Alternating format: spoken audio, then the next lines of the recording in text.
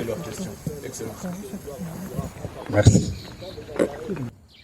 Je vais parler avec la clarté et la fermeté que commande la responsabilité historique de l'AFC M23.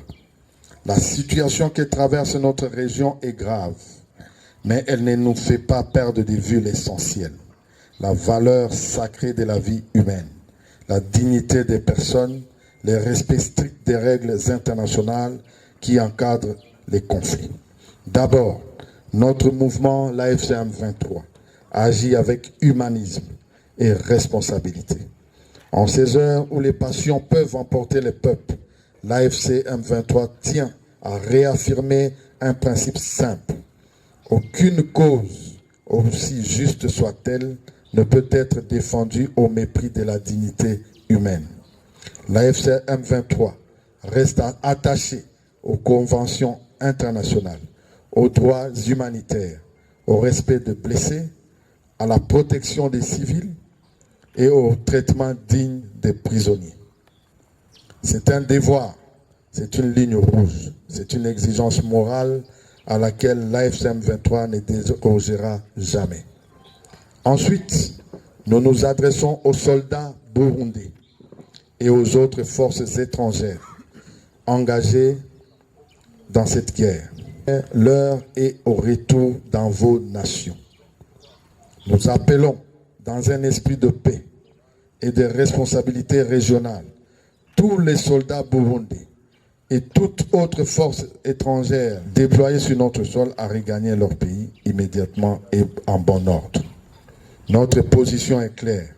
Nous n'avons aucune hostilité envers le peuple burundais. Nous n'avons aucune volonté de confrontation avec aucun État voisin. Nous voulons préserver les relations historiques entre nos nations. Le Burundi demeurera un pays frère de la République démocratique du Congo. Nos peuples sont liés par la géographie, par l'histoire, la culture et le destin. Ce message ne vise pas à créer la rupture, mais à rétablir le respect mutuel entre États souverains.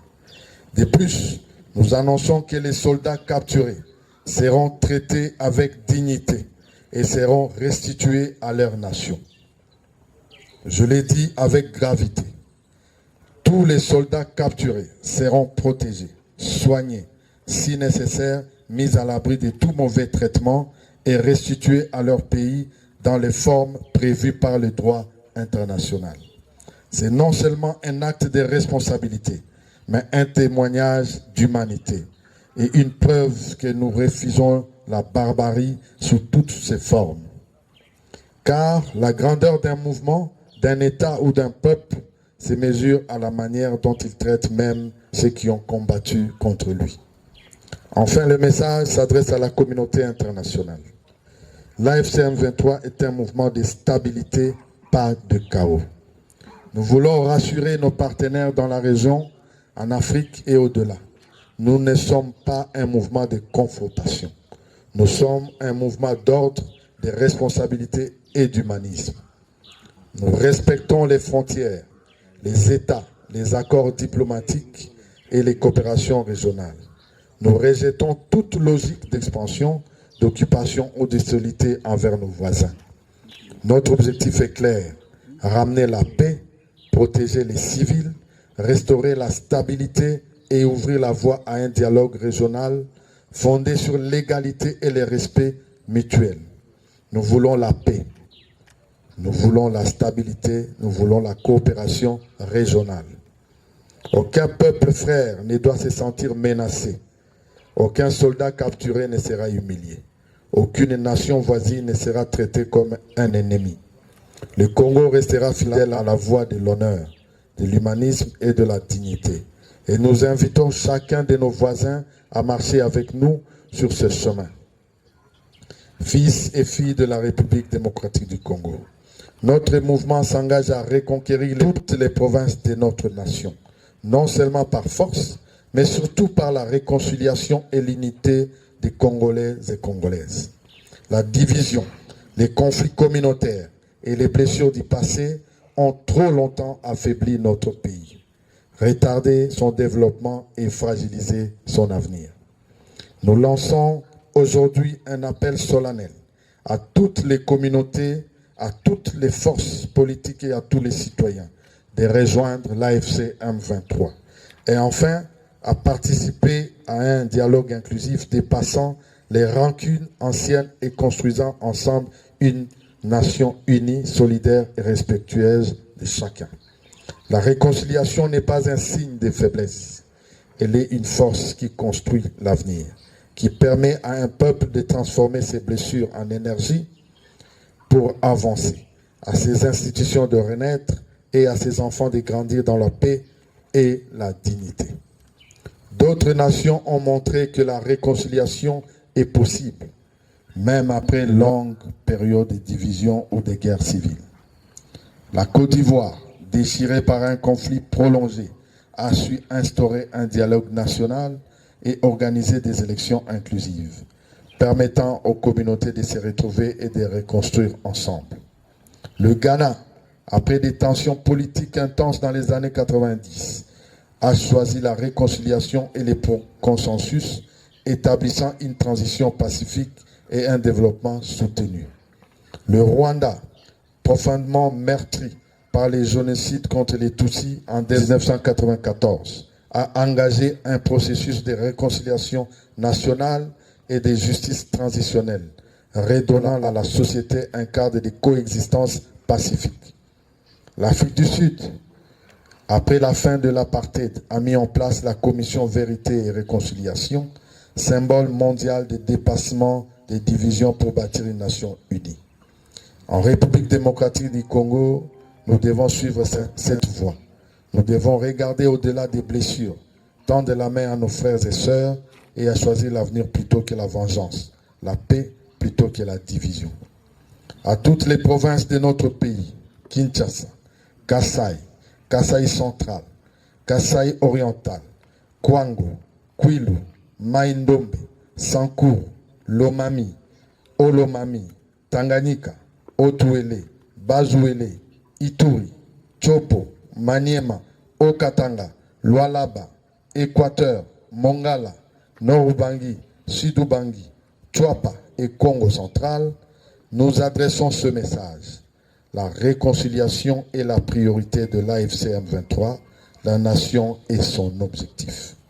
Fils et filles du Congo, il est temps de tourner la page des rancunes, de guérir les blessures du passé et de bâtir une république digne, forte et unie, où chacun retrouve sa place, sa sécurité et sa prospérité.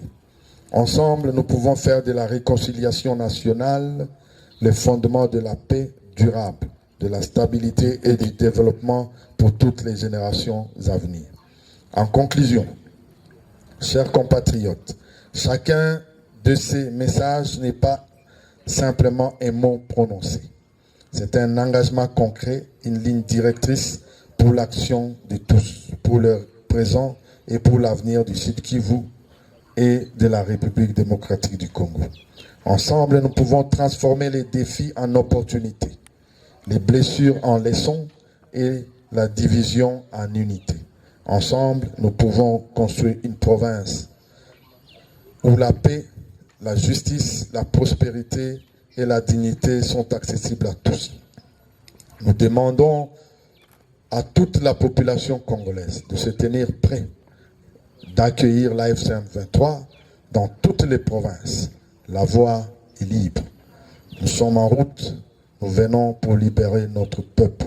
Nous venons pour libérer notre pays. Pour discuter avec certaines organisations humanitaires afin de pouvoir leur permettre d'aller secourir nos frères et sœurs qui sont dans la plaine. Mais je vous annonce qu'il y en a déjà qui sont sur place et ils sont déjà en train de travailler avec les communautés locales sur place, à Sangue, à Luvungi, à Uvira même. Et cela se passe bien. Nous avons mis un plan de contingence provinciale qui s'occupe aussi de certains cas ou de certaines zones où les humanitaires n'ont pas encore accès. Vous savez, Uvira était les bastions de toutes sorte de forces négatives. Il y avait les Wazalendo, il y avait les Burundais, il y avait des Nyatura, il y avait beaucoup de forces qui étaient sur place. Il y avait même des Colombiens, les mercenaires colombiens. Et en partant, ils ont fait quand même beaucoup de dégâts. Et nous sommes venus effectivement pour non seulement rétablir la sécurité dans ces zones, mais aussi pour venir à l'aide à nos peuples, à nos populations qui nous appelaient depuis très longtemps. Et nous sommes partis et nous faisons ce travail en collaboration avec les humanitaires. Par rapport au trafic, nous demandons effectivement aux populations du Sud Kivu, Uvira est libéré et débarrassé de tous ces bandits qui étaient dans cette ville.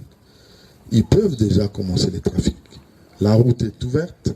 Au moment où je parle, nous sommes en train d'arranger déjà la route de Ngomo. Si vous y passez, vous allez voir les machines à pied d'œuvre. Nous n'avons pas attendu.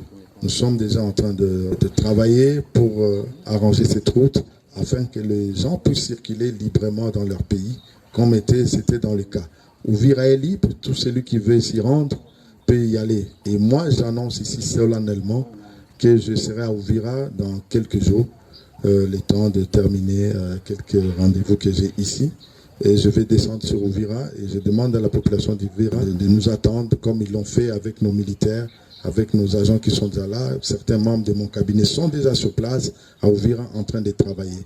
Donc nous arrivons dans quelques jours. Nous sommes à Uvira, nous n'avons tiré aucune balle au Burundi. Dans mon speech, je l'ai dit, nous demandons à toutes les forces de l'armée burundaise de quitter notre territoire et de retourner chez eux en paix. Nous allons ouvrir un couloir pour leur permettre de rentrer chez eux. Il faudrait que le gouvernement du Burundi fasse la demande officiellement en respectant les normes, les règles internationales, pour qu'on puisse les envoyer chez eux et retourner. Je pense qu'ils ont mieux à faire dans leur pays.